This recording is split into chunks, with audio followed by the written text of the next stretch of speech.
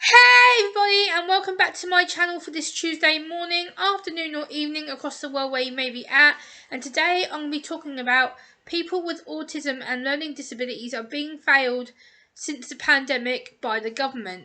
So this is something I feel is important to talk about as an autistic woman, someone who has been diagnosed 9 years now, and I feel this topic is a very controversial topic, but this is from my own experiences only. I do not speak for the whole of the autistic community because everyone on the autism spectrum is different, but this is from my own perspective what I feel the government has failed to do and what I feel the government could do better in other pandemics and other situations that we may face in the future. So let's get into it. I feel many people with autism and learning disabilities have been failed since the pandemic. It has been really challenging with all the different changes we've had to go through. Even through lockdown, and even though lockdown may be now over, it has still been an overwhelming impact for us who may be on the autism spectrum. Especially for me, being a female on the autism spectrum can be harder for me as we're not often believed because we mask our struggles and we mimic other females just to fit in and to be seen to survive. Our struggles don't seem to be heard, seen, or even realised how strong we are having to battle every day just trying to survive as being an autistic female. People do not often believe that autism can affect females, as the main stereotype still to this day is that autism is for men and boys, and that it can only affect men and boys on the autism spectrum. This is highly untrue. There is more females now than ever being diagnosed and coming out in the national media. During the last 2 to 3 years since the COVID pandemic has came out, I've experienced many challenges such as job searching online. As someone who is job searching and looking for work, it can be very difficult as I feel many employers don't understand how to interview people on the autism spectrum or how to offer them even a work trial situation. I find that there is very limited support within employment for people who are on the autism spectrum or learning disability spectrum. I feel this is down to lack of training by employers, lack of inclusion and diversity training for employers. I feel that this is due to the societal fear that people with autism and learning disabilities will be off sick more, and that we are not to be trusted because we are disabled, and that we're not going to be reliable, when in fact we are going to be the most reliable force of people that you're ever going to hire. You know, we're dedicated, we're loyal, we want to work, we want to help you, we want to be part of a team, we want to be trusted. We're very passionate about our area of work once we get access to being in a work environment. And I feel that because of being on the autistic spectrum and being a woman, it is harder because we're trying to look for work, we're trying to prove that we want to work, and the fact that currently right now, according to the National Autistic Society, which is the UK's largest autism charity, there's only 20% of autistic people in work. That is below shocking. That is below unacceptable. That is absolutely god awful. Why the hell is there not more than 20% of us in work? Again, I feel this is down to training. Again, this is down to some people who may be severe autistic and are unable to, which I totally understand.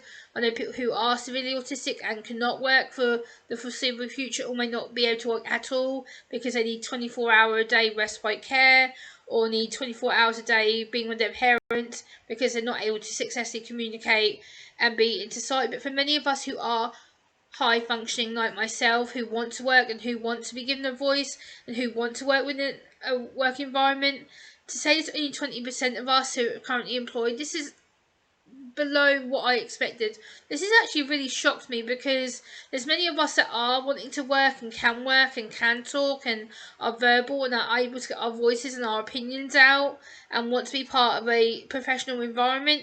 Again, this is down to not being misunderstood or not trusted and being told that we are unsuccessful due to not being able to look at an employer in the eye, or we may have high anxiety levels, which is down to our autism. Unfortunately, that is part of the autism traits, that we are unable to sometimes look people in the eye. That comes across as us being shifty or lying, or that we're trying to deliberately be deceptive and we're not.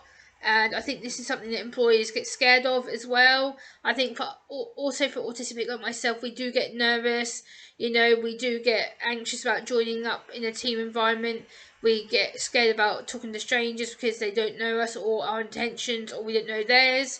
I feel that what the government failed to do during this pandemic, though, is the last 2 to 3 years, there's been so much constant changes with the social rules, what we were and were not allowed to do. So at first, we were completely locked down in all our houses, all our apartments, flats, wherever we supported housing, wherever we're living, and we were told not to mix with people, not to touch people, not to go out, to keep 2 feet social distancing if you were going to the supermarkets, etc., for your essential shop.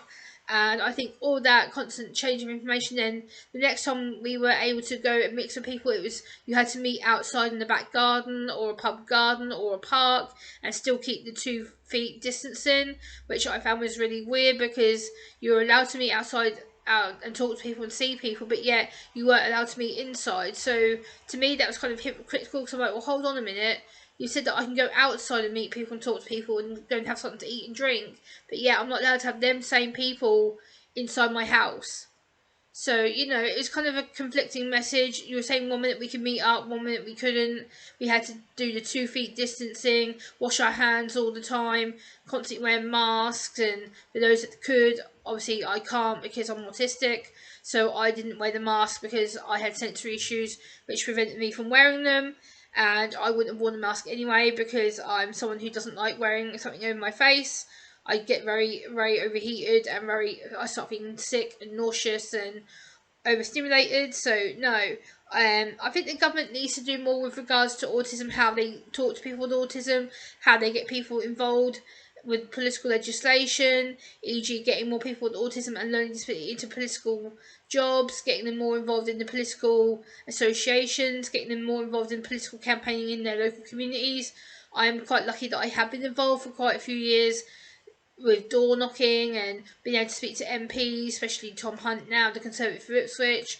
I've also been working with Ben Gummer, the former MP for Ipswich. I did a lot of work with him, and I went to his garden parties, and I was able to do a lot of legislation work with him, which I really found powerful, and he actually helped me to get my assessment, so I'm very, very grateful to him if he watches this.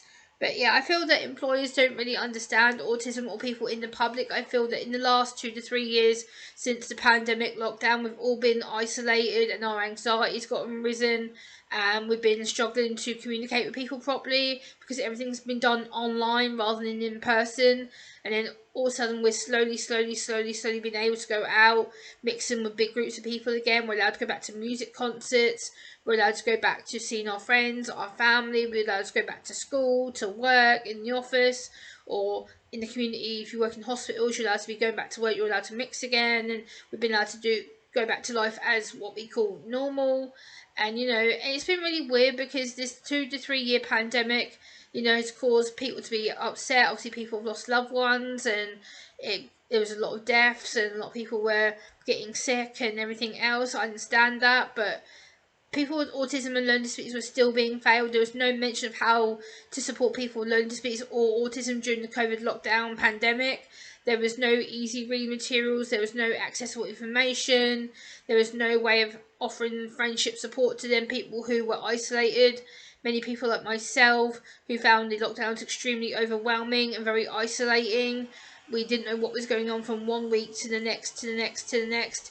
The information was constantly the same. You must not mix with people, you must not touch people, you must not meet up with people, you must stay away, you must do 2 feet distancing if you go out, you must wear a mask, you must wash your hands.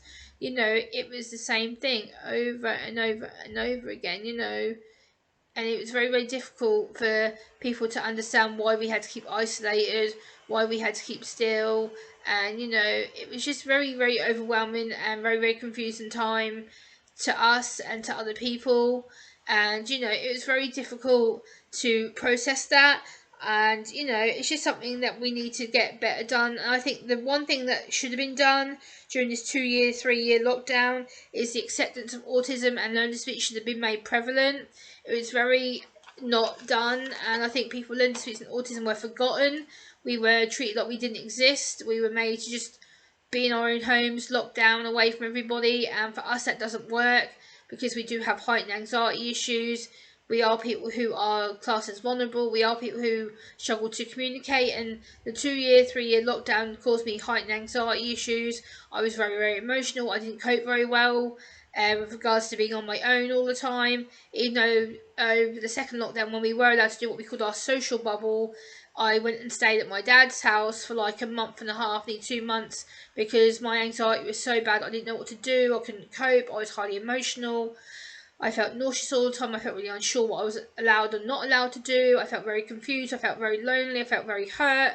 I felt very betrayed by the UK government. I didn't feel that they had my welfare in order. I didn't really feel they cared about me or my mental health or my physical health for that matter. I felt I was very lonely and isolated.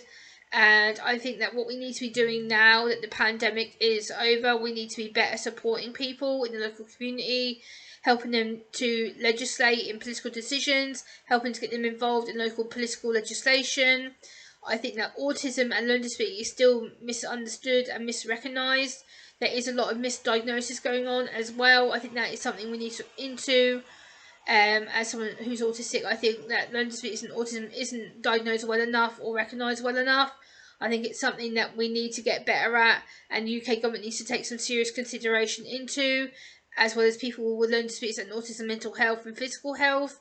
I think we need to be getting a better support network, a professional network where we have places to go, people to see, because I know with the autism service and learning disability services, they're only here for a short time and they only have a certain deadline that they have to achieve, and there's nowhere else to signpost people where to go afterwards for further ongoing support or therapy or counselling. I think that's an area that we need to look into as the UK government. There needs to be a better support network. There needs to be something that we can go to or start up as someone with autism herself. I think that we are struggling to, keep focused and keep the support active for our local community, especially in Ipswich. I don't really feel that there's much support networks there. Yes, there's the autism social group for adults over the age of 18, which has been going for nearly 6-7 years, and there is a couple of autism local charities, but again, you do have to pay for that support. You do have to pay for the time that you're using their services, and that doesn't really work for everybody who may be on a low income. I think also we need to be having trained advisors in the UK government who have lived experiences of autism or are autistic themselves or do identify as having a learning disability. I think this is something that needs to be taken more seriously, and we need to look into the UK government hiring people with autism, employing people with learning disabilities, and actually getting their lived experiences through the media and advocating for them, because I think this would be a powerful move to show that they are united to support us and to get us into employment and to really get to know us as a person with the diagnosis. Also, I want to touch on a local issue that really, really does bug me. As someone who is an autistic woman, I want to talk about the disability bus card. The disability bus card currently in Suffolk and in Ipswich particularly doesn't work until after 9:30 in the morning. This has become a major, major issue for many disabled people like myself, because people like myself who have early morning appointments that we have to attend.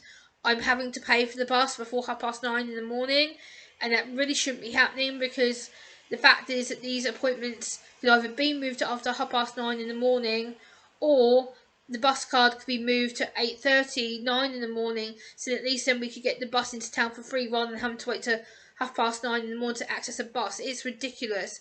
And the fact that the buses currently now only run twice an hour, but they used to run every 20 minutes, that is absurd. That is causing a massive, massive barrier to people with learning disabilities, autism, disability in general, mental health, who require the bus network, who require the transport network on a daily basis to get around. That is really going to put restrictions on our travel and our anxiety. That's really going to put our heightened anxiety sensors up. So I think we need to talk about making the buses more accessible and more frequent rather than twice an hour when they used to be every 20 minutes. I don't understand why since COVID that has been reduced, and why recently I found that the buses go twice an hour.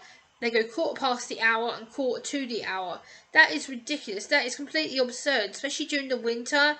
That's going to be a really bad time for me for the winter, when it starts getting cold and wet and snowy and all that stuff. I don't want to be waiting an hour to get a bus. It's absolutely absurd. So we need to sort that out as well. Also, we need to be bringing changes in for World Autism Week. This is something I've been campaigning for 9 years. Why hasn't Suffolk and Ipswich done more to recognise World Autism Week? This is a big week for the autistic community. Why wasn't this published or promoted a lot more? I contacted the Ipswich Star, I contacted BBC Suffolk, I actually did recordings with BBC Suffolk who have been very good about it. The Ipswich Star didn't seem to care or want to recognise me. I have contacted multiple MPs about this. I've contacted Tom Hunt for Ipswich with very little results. And I just think this is another way of getting us a barrier. And you think that I'm going to disappear and just not say anything about it? No, you're completely wrong. This needs to be better for Ipswich. We need to do better, because people like myself who are on the autism spectrum need better support. We need a better network to show who cares about us. And the more inclusion and the more diversity we have in Ipswich with regards to disabilities, I think would be better to raise the profile to say that we are understanding and we do include people with disabilities in Ipswich, because I haven't really seen much activity to prove that to me. And we need to understand that everyone on the autistic spectrum is different, yes, but I feel that is reasons why the UK government has failed people with learning disabilities and or autism or suspected learning disabilities. What I feel the government can do is to listen, to interact with people with learning disabilities and autism, come knock onto our doors, like email us. My email is in my about section on my YouTube channel, which I'll link down below in the video description. I'll also link the Member of Parliament who I've been talking to, and I will also link the National Autistic Society, which is the UK's largest autism charity to promote services. So I hope you've enjoyed hearing my thoughts and feelings about this, and I'll see you on the next one, guys. Bye!